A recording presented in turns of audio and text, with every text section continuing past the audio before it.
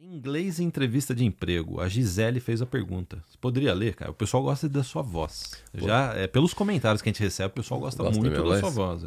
Obrigado. A Gisele, ela colocou uma curiosidade. Se meu inglês ainda não é tudo aquilo, ela está estudando ainda para melhorar.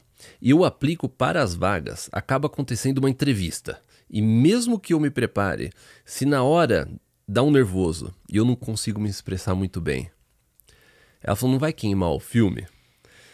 Daí ela colocou, tipo, você fechar as portas. Daí ela colocou assim, pergunto porque aqui no sul do Brasil, muitas empresas se comunicam entre si.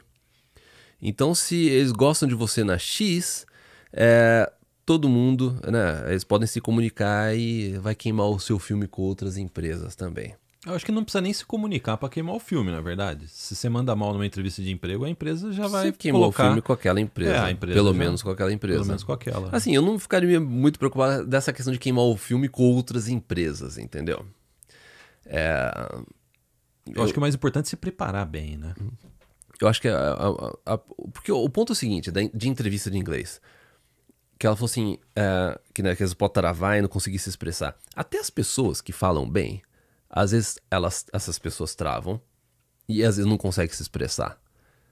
Até canadense, que tem um inglês às vezes trava e não consegue se expressar. Fica assim meio, né, awkward, né, meio assim, na entrevista, né?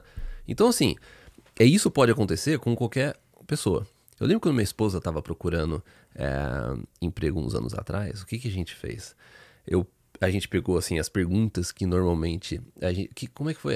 Ela entrou naquele site Glassdoor. A gente foi pela empresa e daí algumas pessoas comentam o que eles perguntaram na entrevista. Então o que a gente fez? A gente pegou, além daquilo que as pessoas comentaram que eles perguntaram na entrevista, a gente pegou também e fez uma pesquisa assim do que as pessoas perguntam em entrevista, né? Aí a gente criou um documento com diversas histórias para contar respondendo essas perguntas. E a gente trabalhou de uma forma que, assim, fica interessante de você contar a história, né? Porque que negócio, se você treina para contar uma história...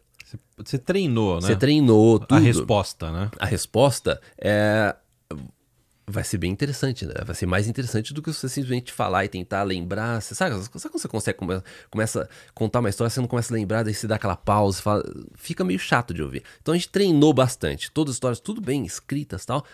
Daí eu treinei com ela o quê? Ela me contar a história, sem ler, logicamente, e várias vezes, assim, 10, 15, 20 vezes. Chegou um momento que tava natural, sabe? Assim, não parecia que tava lendo, não parecia... Então, assim, ficou algo assim que você não precisava mais pensar, sabe? Você perguntava, soava natural, sabe? Soava nisso, você, sabe? Assim, pode até... As palavras certas no inglês. As palavras certas no inglês. Então, assim, você treinar para uma entrevista, você criar o que a gente chama de story bucket, isso daí a gente ensina também na área VIP, no módulo de trabalho, né? Você criar...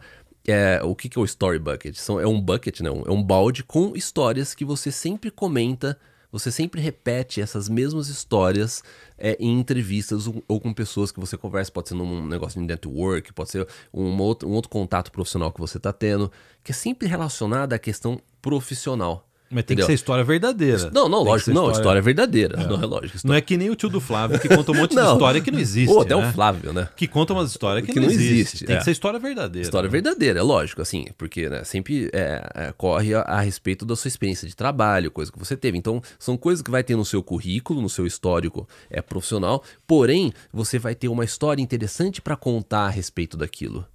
Entendeu?